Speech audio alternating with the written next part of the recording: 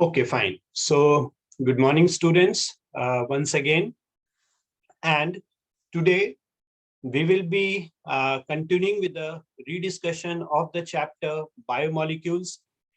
In our last class, students, as we know that we did the enzymes, the mechanism of the mode of the enzyme, and also the classification of the enzyme. Then we also did the factors affecting enzyme activity. Now, after this comes actually students in the factors affecting enzyme activity only this portion is also included, that is the effect of the chemicals. Okay, that effect of the chemicals. Before starting with the effect of the chemicals, can anyone tell me that what do we mean by the protein and the non-protein part of the enzyme? What are their name? What are the name of the protein and the non-protein part of the enzyme?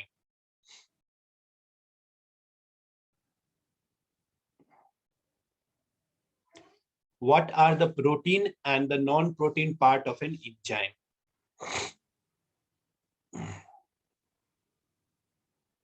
Yes, uh, your answer in the chat box.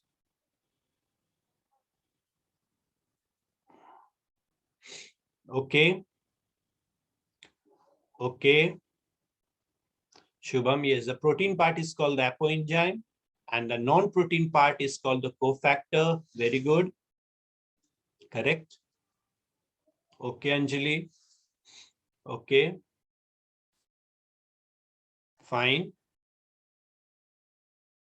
Yes. Khushbu. Then let me check.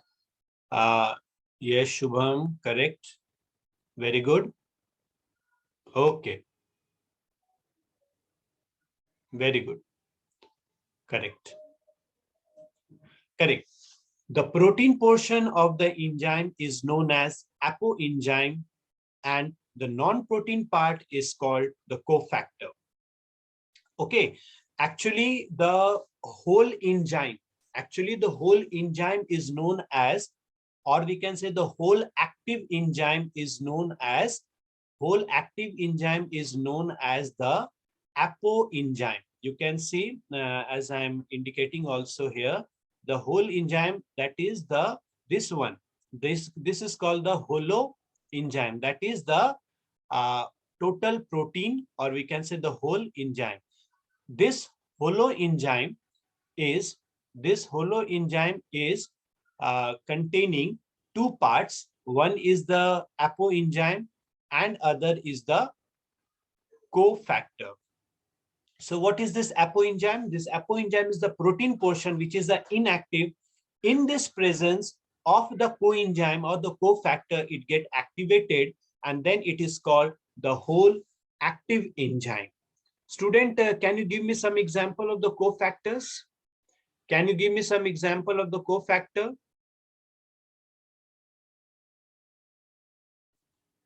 Can you give me some example of the cofactors?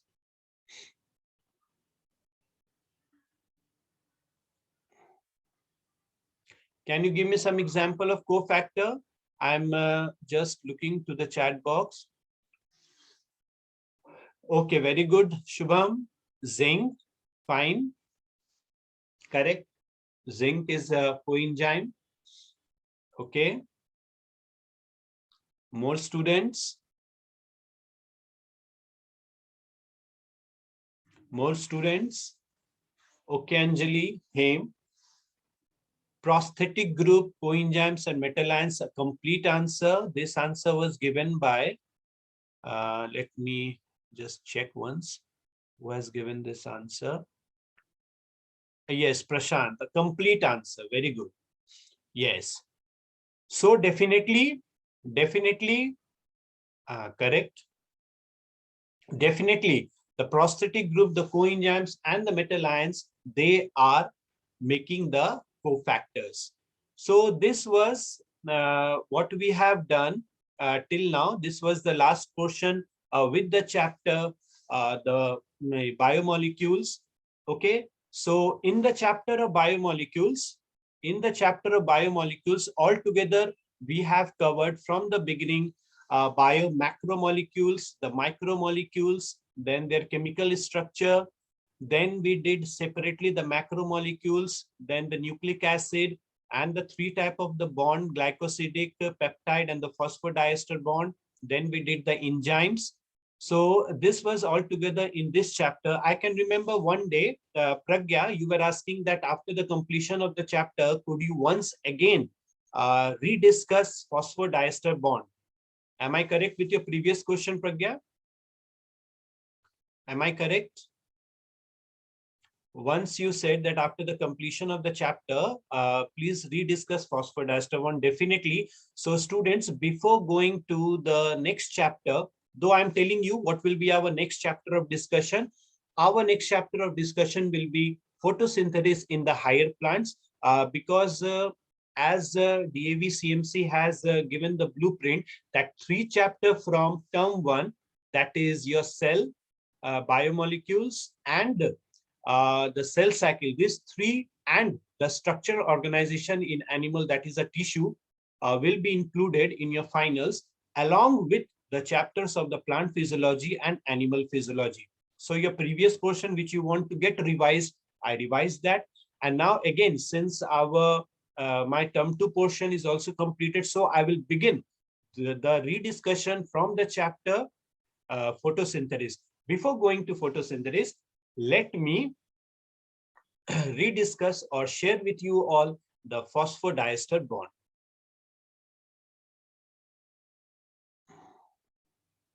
Just a moment.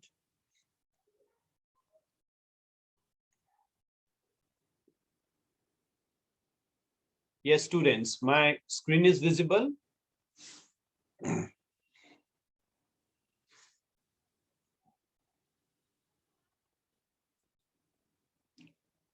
Okay. Yes, Pragya, you.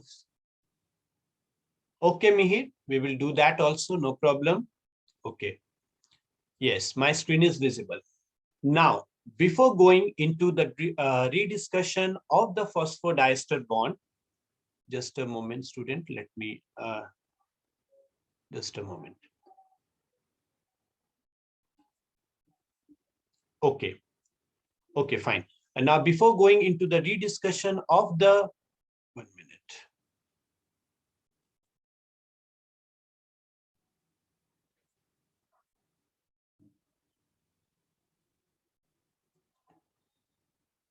Just a moment, students.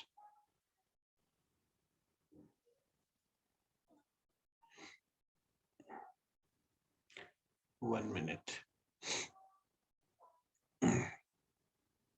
Just a moment. Pragya, do you have anything to say? Okay, I'm just seeing what you have said. Yes, Pragya, you can write in the chat box what you want to say. You can write in the chat box. And meanwhile, I hope my screen is visible to you. And we are going to rediscuss. Okay, okay, Pragya, let me check. Yes, yes, Pragya, we will count it, definitely. Yes, we will count it. Is it okay, Pragya, now? We will consider it as a cofactor also. Okay, fine. Now, student, this image which I have shared with you all is the image of a phosphodiester bond. First of all, student, in a nucleotide, what are the components? Again, once again, we can say we are revising also this portion, because this will be required with us, that what are the, we can say, what are the components of a nucleotide? Tell me. Students, what are the components of nucleotide?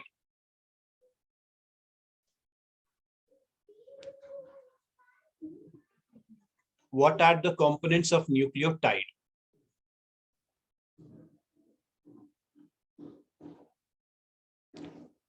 Through the chat box, you give me the reply. Just I'm observing the chat box. Okay, very good. It's Anshu, correct. Amrita, Trisha, Pragya.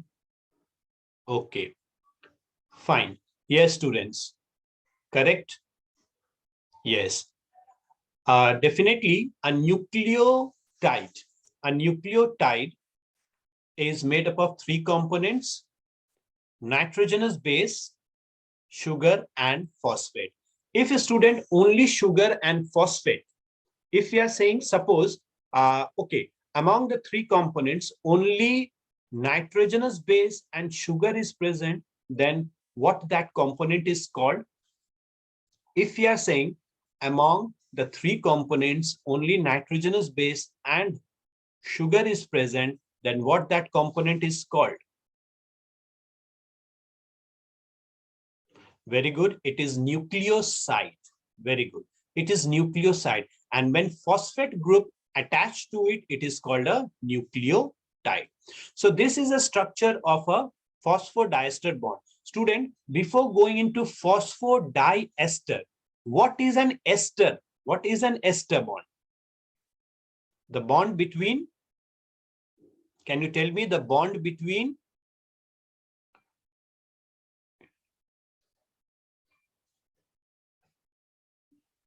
Yes, the very ester.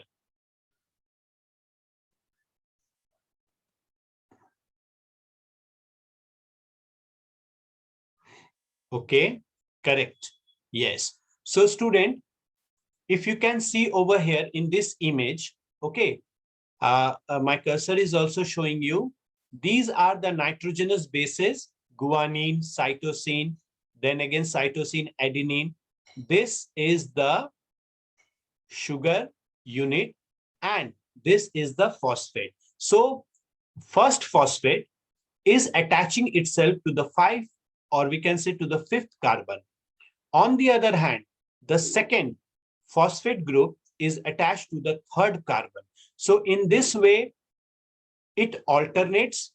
First, it attached with the 5th carbon, and the second phosphate group is attached to the 2nd carbon. So 5 prime, 3 prime. That is why it is a 5 prime, 3 prime phosphodiester bond, linking of two esters and with the attachment of the phosphate group. So one phosphate group is attached to the 5th carbon, and the another phosphate group is attached to the 3rd carbon. So linking of the two, we can say the nucleotide through the ester bonds. Okay. Is it clear to all, the phosphodiester bond? Is it clear to all, the phosphodiester bond? Phosphodiester bond is clear to all?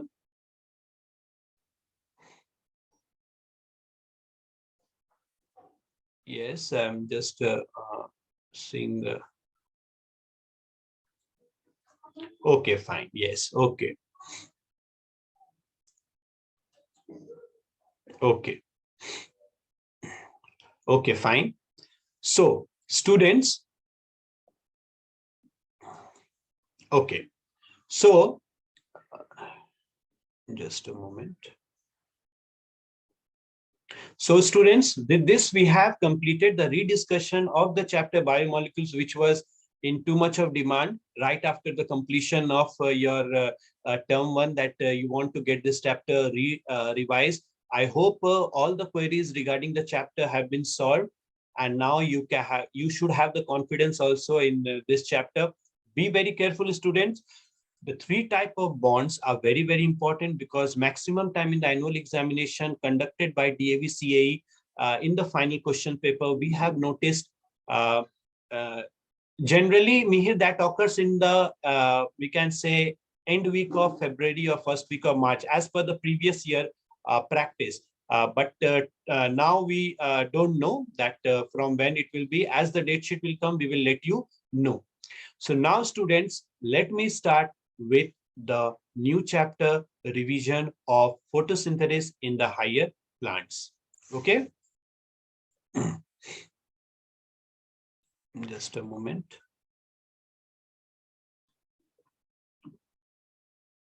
Fine. So students, again, we are back with our chapter photosynthesis in the higher plants. Okay. Before starting of this chapter, again, some your previous acquired knowledge, because I will be revising again all the aspects, because I told you photosynthesis and respiration, these two chapters are very important, as because in the final examination from the plant physiology, these two are your major chapter, the photosynthesis in the higher plants. So before going into photosynthesis in the higher plants, my first slide to discuss with you all what photosynthesis is. What is photosynthesis? Through your chat box, you send me your reply. A complete answer, we can say, of I should expect from a class 11 students regarding.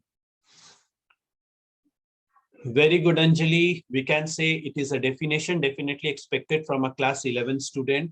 Good. Good, Anjali. I will share at last your definitions. Anjali, Megha. Okay, Anjali, photosynthesis is a physiochemical process which uses light energy to produce organic compound. Physiological process, Megha said, physiological process by which plant and certain other organisms use light energy to synthesize their own organic compound. Okay, again, same definition by Amrita, that a physico-chemical process by which plant use light energy to synthesize food. Fine. Shubham, it is a physico-chemical process. Mihir, preparation of food in presence of light, process by which plant and other organisms use light energy. Very good. Very good response, students. Yes, definitely it is a physico-chemical process by which the plant utilize the raw materials and prepare their own organic food in presence of sunlight, chlorophyll. Now, one thing, students, that as we are talking about photosynthesis and we are defining it, that what photosynthesis is, can you tell me that regarding some of the early experiments, or who were the, we can say, proposer?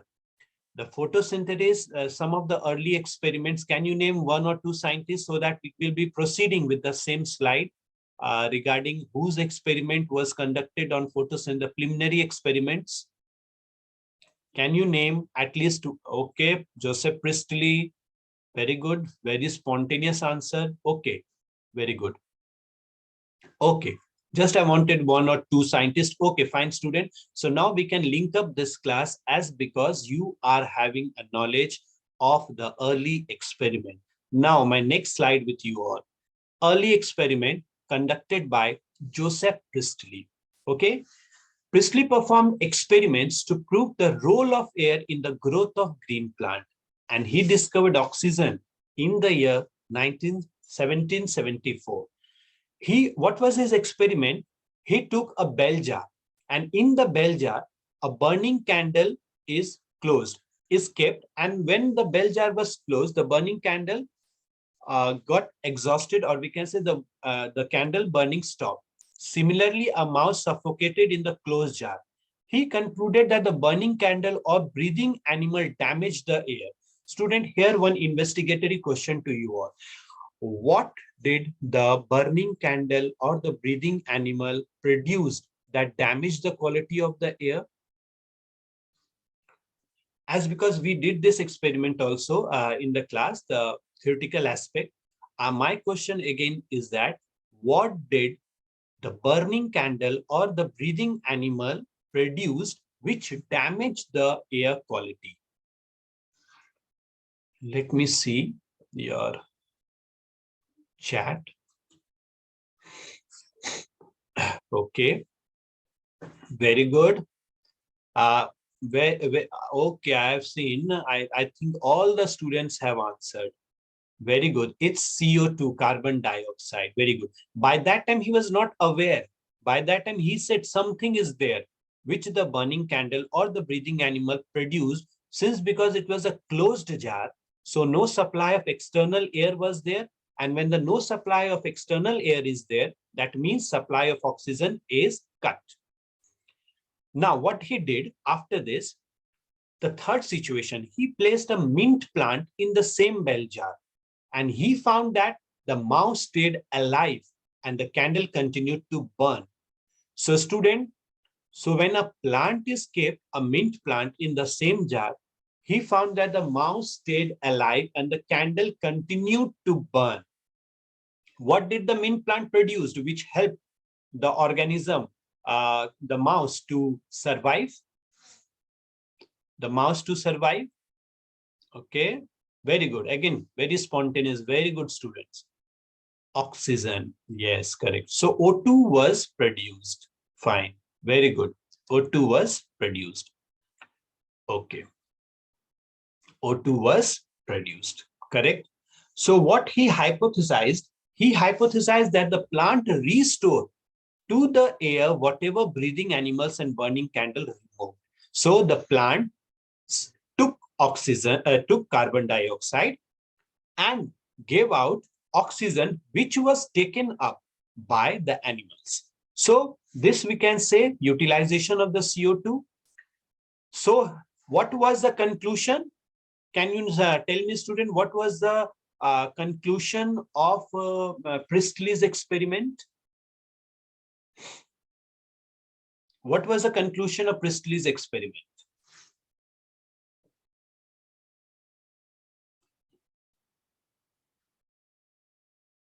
What was the conclusion of Priestley's experiment?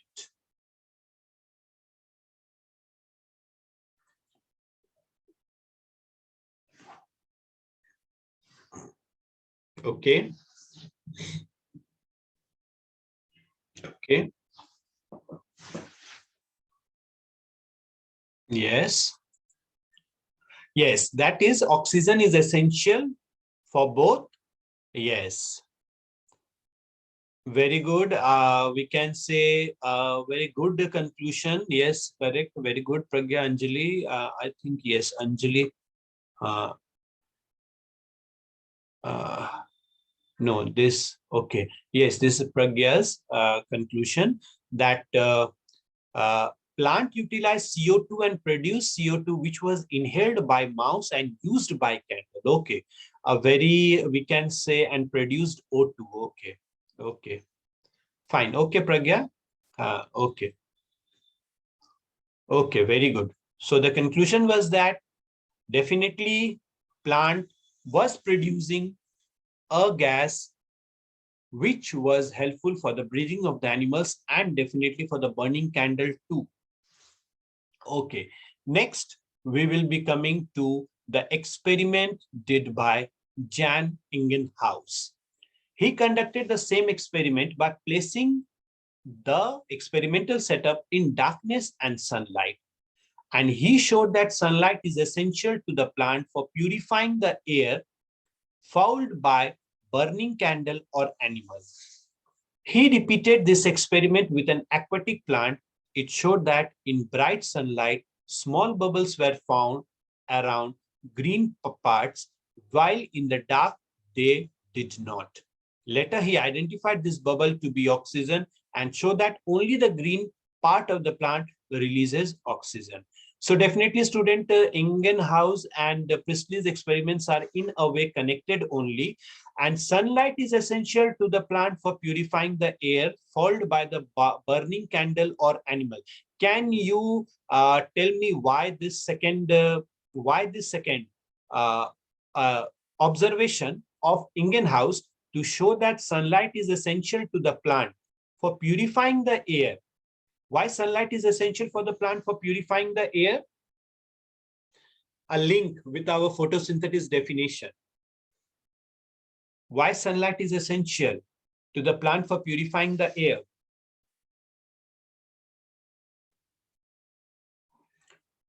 Yes, because sunlight will be utilized by the plant. Sunlight will be utilized by the plant to, yes, along with CO2 to produce, or we can say for the process of the photosynthesis, and hence purifying the air means reducing the amount of the CO2 from the air. Okay, very good. Yes, correct. And when an aquatic plant was taken, bubbles were formed. This was the bubbles were O2, definitely, because in the photosynthesis, as the end product also, we know oxygen is liberated as the end product. Okay, so these two were the experiment of Ingenhouse and Priestley. Student, the both experiment is clear to all? Both the two experiments is clear to all? So students, if I ask you, what will be the conclusion? If suppose Jan Ingenhouse, he did the similar experiments, only the plant was placed in darkness and in sunlight. In sunlight, he observed that purification of the air was taking place. And when he conducted this same experiment with the aquatic plant, he found bubbles, which was proved to be oxygen. Now, my question is that what was the final conclusion of Jan Ingenhouse? Since you have seen the experiment, you have seen the observation. So what will be the inference of Jan Ingenhouse? What will be the experiment? What will be the inference of Jan Ingenhouse?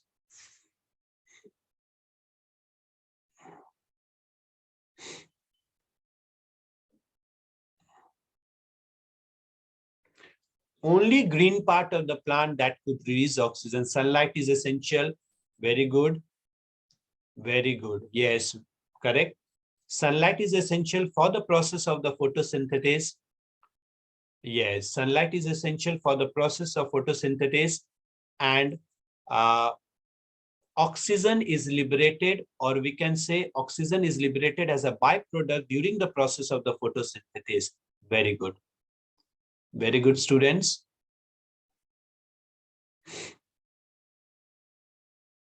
Now, after this, we will do one more experiment today by Julius von Sachs. He proved that glucose is produced when plants grow and is usually stored as starch. Chlorophyll is located in special body chloroplast. Glucose is made in the green part of the plant. So his observation was that regarding the product of the photosynthesis, and he concluded that when the carbon dioxide combines with water in the presence of sunlight and chlorophyll, glucose is produced. He also discovered, or we can say his research was also for the site of the photosynthesis. Definitely the pigment involved is chloroplast, and chlorophyll is the organelle. I should say the organelle involved is chloroplast and the pigment involved is chlorophyll. And this glucose is made in the green part of the plant where chlorophyll is formed. Okay. Is it okay, students? Is it okay to all?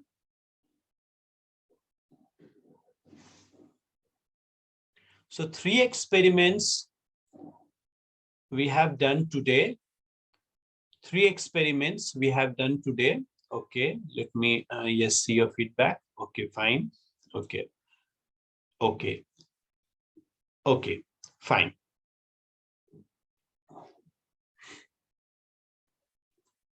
Okay. So students, at last, today's assignment will be, write down today's assignment. Give a schematic representation of the phosphodiester bond. Give the schematic representation of the phosphodiester bond. Give the schematic representation of the phosphodiester bond, comma, peptide bond and glycosidic bond. Peptide bond and glycosidic bond. Peptide bond and glycosidic bond. Fine. One more question. Discuss Priestley's and Ingenhouse experiment on photosynthesis. Discuss Priestley and Ingenhouse experiment on photosynthesis. Okay. Okay, students. So, okay. I think just a few seconds are left and our class will be auto disconnected with this. So thank you, students, for today's class. Okay. So here our meeting closes. Thank you all.